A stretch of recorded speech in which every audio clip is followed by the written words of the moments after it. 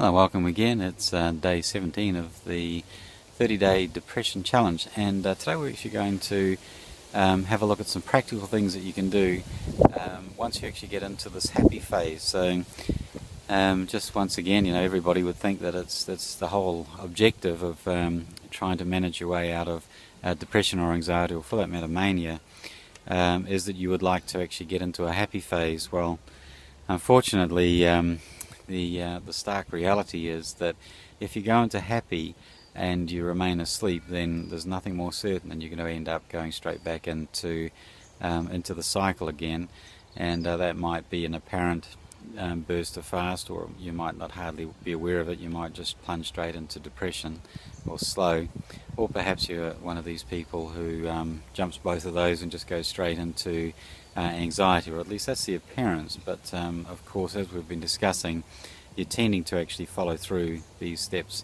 in any case. So we want to avoid continually dropping back into this pattern at all costs. This is the whole intention of the work that we're doing, is to actually help you avoid having to become trapped in the suffering, which is the suffering that you've been, I suspect, for much of your life.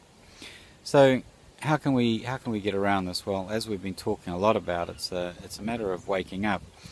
Now that sounds very simple, but of course it's a rare trick to be able to capture where you are and actually see the patterns. So first thing you're going to look for, what are the triggering patterns that will drop you into fast. That would be the number one thing that you'd want to look for. Second thing that you'd want to look for is, are you at this point just asleep and sort of wildly consuming the experiences around you, or are you actually feeling quite awake, and rather than you feeling happy, are you feeling more things like contentment? Are you feeling more things like joy, or perhaps in the real expression of it, are you feeling bliss? So are you actually engaged in these very high emotions, or are you in this place where you're happy and you're not really aware of what's going on and you're just feeling happy? So if you can wake up and actually catch whether one thing or the other is occurring, then you've got a real shot at beginning to actually look for the triggers that might be coming up to take you back into fast. The next thing to be aware of as you're awake is, are you actually beginning to enter into so-called risky behaviours? So risky behaviours for somebody like yourself watching this, who actually has a tendency around depression and anxiety, would be things with a high level of introspection, a high level of consumption of resources, and a high level of busyness without any focus on a prioritizing type of process. So if you can feel any of those risky behaviors beginning, then double your efforts to wake up and bring yourself back into a place of groundedness, of connection to your environment, particularly connection to people around you. So sensing into how they are, and utilize this opportunity to really make those type of connections.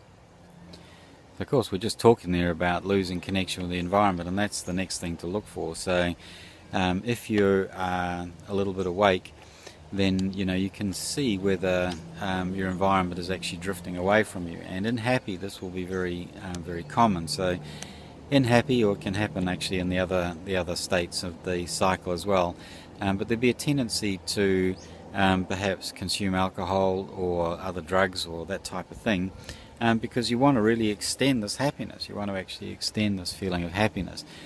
When you do that, you will necessarily actually start dropping your connection with your environment. And as I mentioned earlier, this would be particularly be relating to your connection to, say, family members, but it could also be workmates and those sorts of people as well. And of course, we've also briefly spoken about this idea of the consumption of resources. This anxiety depression cycle that we've been talking about is characterized by a depletion of resources. So in other words, everything gets consumed and you're left completely depleted.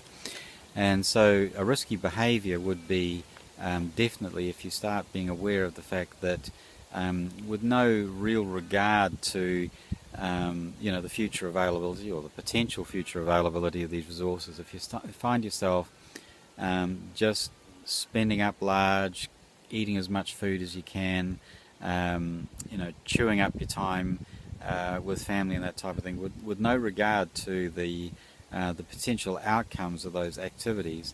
So if you feel yourself actually in the middle of this consumption without purpose, then you know that you need to be really becoming aware of it. So what would be a practical, these are all the things, and every one of them we're talking about waking up and observing and recognizing these things. So how on earth do you actually go about waking up?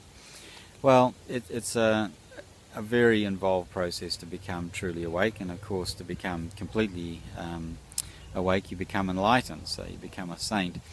So what we are looking for as mere mortals here, or even if we are aspiring to become immortals for that matter, what we're needing to do is actually get ourselves into a situation where we can be more awake than we are at the moment. So a little tripper technique is to engage in some meditative practice and do that once a day, and particularly in that meditative state, have it arranged around the idea of mindfulness, in other words, being mindful, and that will really help with the awakeness, for that period of time. And of course it has a spillover effect into the other parts of your life as well.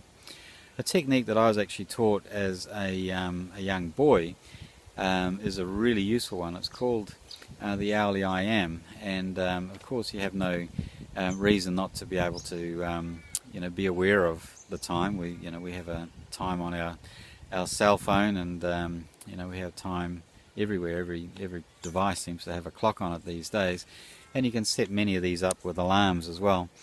But if you can develop the habit of actually being aware of the time and at the hour, so in other words, let's say at 2 o'clock or 3 o'clock, 3 o'clock's coming up here where I am at the moment, and just actually as the hour is turning, just say to yourself, wake up. You say to yourself, I am. Have a look into yourself, reach into your heart and feel what the emotions are. Reach into the solar plexus, feel what the emotions are. Sense what's going on in the bottom of your spine.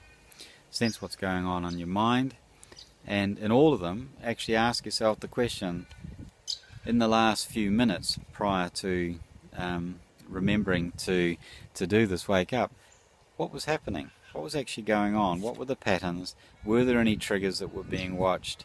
Did I have any of these kinds of ideas and concepts which are sure to lead us into into this declining process, the spiraling process that we're talking about? So that's a really wonderful technique, and it's one that, as I say, I was taught as a small boy by my father, and it's a technique that I've used for decades, in fact, and it really does make a tremendous difference to your awareness of these kind of patterns, and you can begin to build up a catalogue of all of the patterns that you have going with, not only during this happy phase, but also obviously when you're going through these less happy phases, such as fast and slow and control, of course. So that's all I want to say at the moment. Once again, this is a massive topic which will be covered much more fully